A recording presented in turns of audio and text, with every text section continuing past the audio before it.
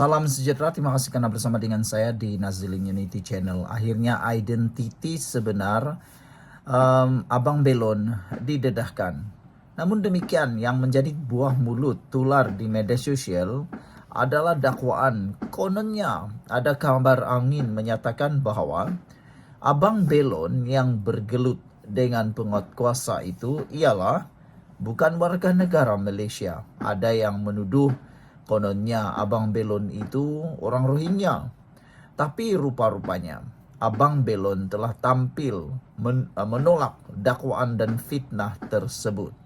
Identiti sebenar Abang Belon ini akhirnya diketahui dan telah pun mengaku. Abang Belon mengaku dia bukanlah seperti yang dinyatakan oleh pemfitnah tersebut. Kabar angin itu tak betul, kata Abang Belon, karena dia kata dia adalah warga negara. Dalam pada itu, peniaga Belon yang terbabit turut menafikan dakwaan sesetengah pihak yang menyatakan bahwa dirinya merupakan bukan warga negara. Ujar Abang Belon, dia merupakan rakyat Malaysia yang berasal daripada Jerantut Pahang, yang hanya tahu nak berniaga, yang hanya tahu dan minat berniaga selain menjadikan pekerjaan itu sebagai sumber pendapatan utama.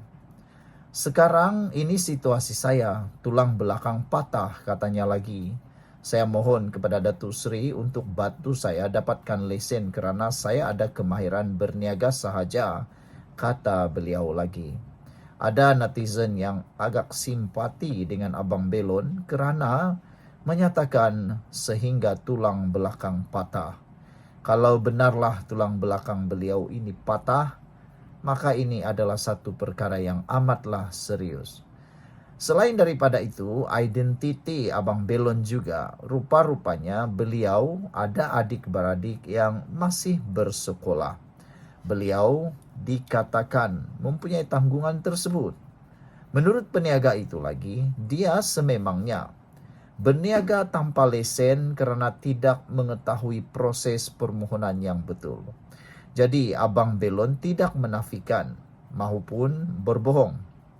Beliau secara jujur menyatakan beliau berniaga tanpa lesen kerana tidak mengetahui proses permohonan yang betul. Kata beliau, saya memang nak mohon lesen tetapi tidak tahu prosesnya. Saya pula ada penyakit angin ahmar. Jadi dengan berniaga inilah untuk tampung perbelanjaan sikit-sikit. Lagipun nak rayakan, kata beliau lagi. Menurut beliau lagi, keadaan itu menyebabkan anggota penguatkuasa yang berpakaian preman menenangkan dan cuba memisahkan penjajah terbabit daripada mengasari petugas untuk mengelakkan kemungkinan lain daripada berlaku. Ini kerana menurut maklumat yang kita terima menyatakan bahawa DBKL telah memberi teguran sebanyak 3 kali kepada peniaga Belon tidak berlesen itu yang didakwa dikasari petugas di Jalan Tunku Abdul Rahman TR di sini pada Jumaat. DBKL memaklumkan penjajah tersebut mula bertindak agresif dan berlaku sentuhan fizikal apabila dia menolak petugas penguatkuasa ketika teguran ketika diberikan. Namun apa yang berlaku, kata Abang Belon, dia tidak diberikan amaran 3 kali. Katanya tak betul kerana saya sendiri takut dengan mereka. Saya pula berniaga tiada lesen. Kalau saya jumpa mereka pasti barangkan rampas, katanya lagi. Jadi Abang Belon menafikan dakwaan dirinya telah menerima teguran sebanyak 3 kali daripada DBKL sebelum dikasari. Namun yang mengejutkan kita, jawapan kepada persoalan, benarkah Abang Belon adalah seorang yang bukan warga negara? Benarkah dia adalah orang Rohingya seperti yang tular? Rupa-rupanya Abang Belon sudah menafikannya dan dia menyatakan bahawa beliau adalah rakyat Malaysia yang berasal daripada Jerantut Pahang dan beliau hanya tahu dan minat berniaga selain menjadikan pekerjaan itu sebagai sumber pendapatan utama. Sekian dulu untuk kali ini, jangan lupa tinggalkan komen Anda. Salam sejahtera, terima kasih karena bersama dengan saya di Nazilin Unity Channel. Selepas insiden Abang Belon menjadi isu panas dan hangat, apa yang berlaku ialah 3 orang penguat kuasa yang terlibat dalam isu Abang Belon akhirnya direhatkan. Isu penjajah belon di BKL telah rehatkan anggota terlibat sementara siasatan selesai. Ramai netizen yang setuju dengan tindakan di BKL ini merehatkan anggota terlibat sementara siasatan selesai. Namun ada juga beberapa orang yang persoalkan. Kata mereka, benarkah anggota yang direhatkan ini tak pandai buat kerja? Ataupun anggota yang direhatkan inilah yang pandai buat kerja? Itulah persoalan yang besar yang bermain juga di dalam media sosial. Karena mereka kata begini, kebiasaannya para penguat kuasa yang bekerja dengan baik ini, banyak penjajah yang tak suka mereka karena tegas dalam mengambil tindakan. Jadi sangat subjektif untuk mengatakan mereka tak baik, karena di mata para penjajah yang tak berlesen mungkin penguat kuasa itu tidak baik atau jahat. Tapi sebaliknya dari segi pelaksanaan tugas, mereka lah yang terbaik. Jadi ada juga yang persoalkanlah tindakan merehatkan anggota terlibat itu. Namun kebanyakan netizen memuji tindakan di BKL merehatkan anggota terlibat sementara siasatan selesai. Tetapi kalau nak lihat komen daripada netizen, mereka kata pecat saja anggota terlibat, ramai netizen yang tidak setuju. Kalau mereka kata penjajah pun ada anak, ada istri yang nak dibela ataupun nak disara, bagaimana pula dengan pegawai di BKL yang turut menjalankan tugas, sekadar menjalankan tugas, yang mana mereka juga ada anak, ada istri, dan ada tanggungan. Bukankah itu tidak adil untuk terus memecat mereka, kata netizen. Jadi amatlah baik di BKL hanya merehatkan mereka.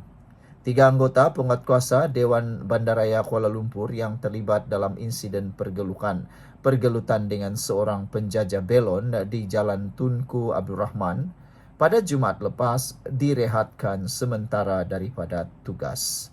Datuk Bandar Kuala Lumpur, Datuk Seri Dr. Maimunah Muhammad Sharif berkata, tindakan itu diambil bagi memberi laluan kepada siasatan dalaman di BKL serta polis Diraja Malaysia PDRM agar ia dapat dijalankan secara bebas, telus dan menyeluruh tanpa sebarang campur tangan.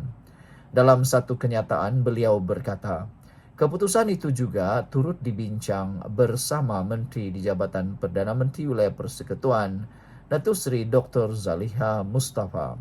Di BKL memandang serius kejadian ini dan tidak akan berkompromi dengan sebarang bentuk salah laku warga kerja sekiranya dibuktikan bersalah, terutama yang menjejaskan integriti dan kepercayaan awam terhadap institusi penguatkuasaan. Di BKL kekal berprinsip untuk menegakkan tabir urus yang berintegriti, bertanggungjawab dan berteraskan prinsip keadilan kepada semua pihak.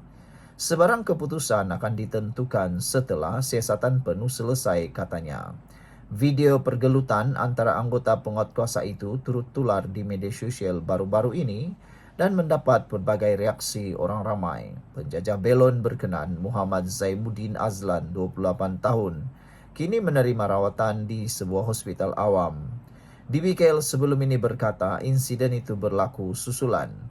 Penjajah itu enggan memberi kerjasama dan mematuhi arahan penguatkuasa selain didakwa bertindak agresif terhadap anggota berkuasa atau bertugas.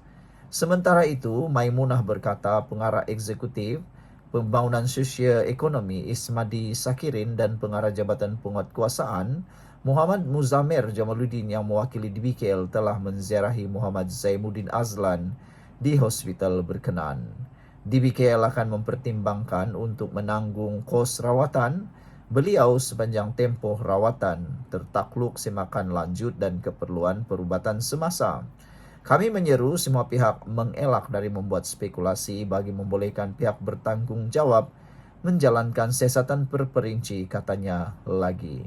Seorang netizen daripada komen di Malaysia kini menyatakan, bukan nak timbang, mesti buat tanggung kos mangsa, katanya. Ikut undang-undang buruh, mana-mana pekerja yang sengaja mencederakan seseorang sama ada di dalam atau luar, patut dipecat serta-merta oleh majikan.